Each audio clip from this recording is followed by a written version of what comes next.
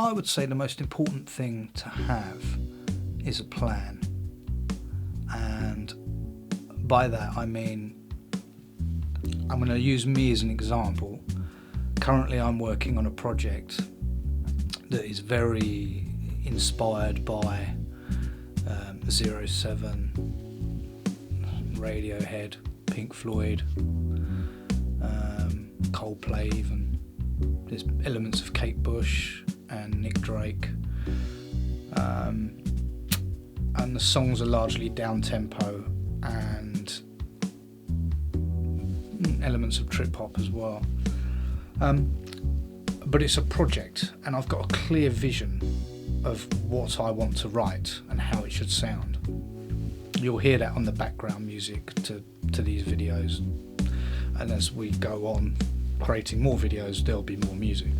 So yeah, when we talked about ideas, I'm literally working off ideas that I've recorded on my mobile phone. I've got them all on my computer, all folded, file structure, organised. I like everything organised. I'm just a bit OCD, I guess. Anyway, and so I'm working through each of those ideas and then developing them as we go. And it's really been quite successful at the moment, and hopefully it will continue that way. So if I go back to a time in 1990 when I first started writing songs, and then presenting them to a band, the band would then say, yeah, we like that, we'll run with it, and you know, hey presto, the band's got another song. There was no plan though. It was kind of sit down, oh, I've got this chord progression, that's quite nice, I'll play it to the band, see what they say. Hopefully they'll be able to develop the idea as well. But there was no formula. There was a formula, but there was no vision. So I would say, and probably if you're starting out as well, you're probably just finding that you're writing chord progressions and they're quite random. Some will sound a bit rocky, others will sound folky, and there's no real direction in your playing. It's just randomly falling out of you, which is a good thing. It's a good thing, just because, I mean, I've written a couple of songs lately that have nothing to do with a project that I want to work towards at the moment. So what I did was I recorded the songs. They're quite jazzy actually, and I'll shelve them and I'll come back to them. I'll revisit them another time. So I'm not saying don't write. If you get a good idea, it's a good idea. Write it down, play it, record it, put it to one side, revisit it when you're ready. But for me, I think it's important to have a direction, and I think it's very important for a band to have a direction as well, more so probably.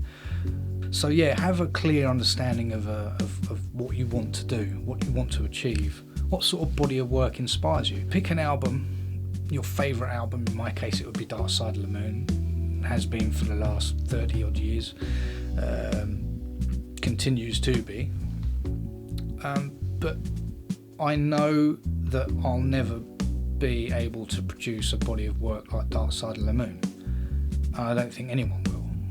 I certainly don't think you can better it. So use it as a yardstick, use it as something you want to aspire to be, but don't expect to be that album, if that makes sense. Because you're only going to be putting so much pressure on yourself, and you'll never end up writing anything, because nothing will come close to it. Will come close to your expectations, is what I'm trying to say. But yeah, have a clear vision. Try and sort of focus on what it's going to save you so much time as well. And the other thing is, people like to pigeonhole you. You know, when I go out trying to get gigs, the first thing people will ask is, what sort of music do you play? And if I turn around and say, well, I play a bit of everything, that gives them no idea of what, that doesn't help. It gives them no idea of what I play. So they want me to name artists, so I'll just roll out a few artists that I know they'll know, and they'll say, yeah, fine, okay, that's brilliant, great.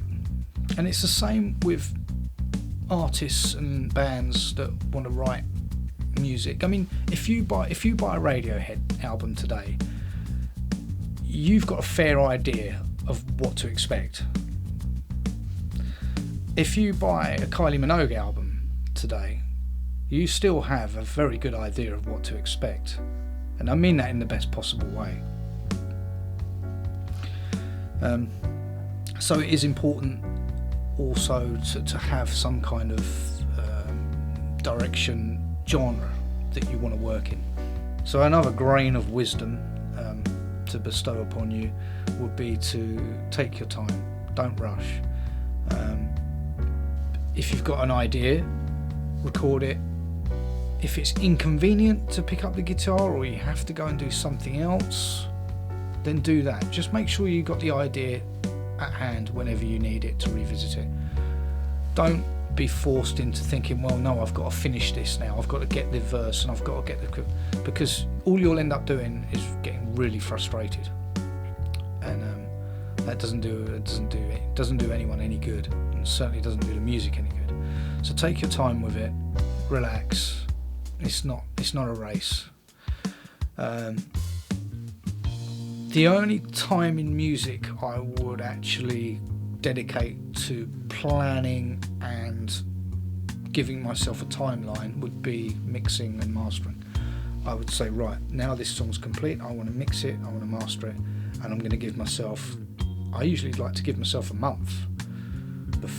Just a month, just to sit there, revisit it, do I like it, and that. But that's a topic for another day, but it's a whole different video. But it's the opposite. Songwriting is very much just let it happen naturally, and you'll find the results will be a lot better. Build the song in parts, do it at your leisure. You've got the idea, maybe put 2 hours aside to see if you can embellish the idea into a verse or a chorus or whatever. Grow the idea, but don't rush yourself. It's not a race. But do build it in parts. If you're incredibly talented, I mean, maybe you're someone like Bob Dylan that can just sit down and just bang. It's just written 10 songs in 10 minutes, and you think, how the hell did he do that? You know, but there are the rare birds that can do that. They're few and far between. I've certainly never experienced anyone that could do that, but we're all different, I guess. So you know, if you can do it that way and that you find that's the best way for you to work, and you write lyrics as good as Bob Dylan, I'm no one to question you. So I also think you shouldn't shy away from sounding like your favourite artists. So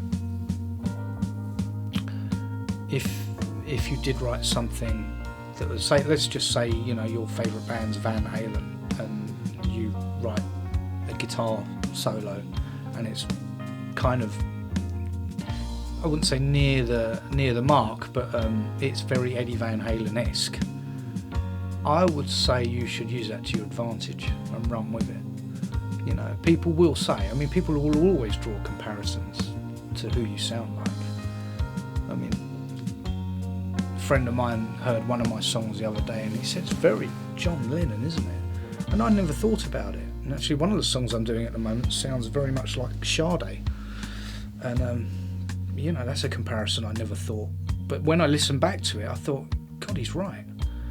He's really right. It is. I could see Sade singing that. And so don't be frightened because people will always make comparisons with your music to other people's music. It's what we do.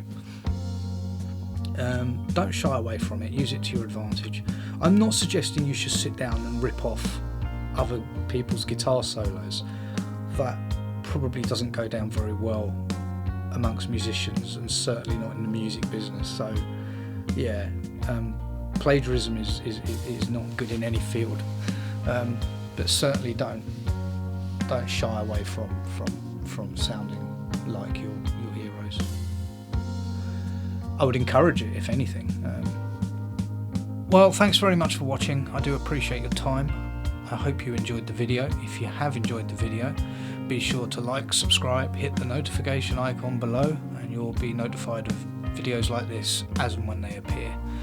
Until next time, take care of yourselves and see you soon.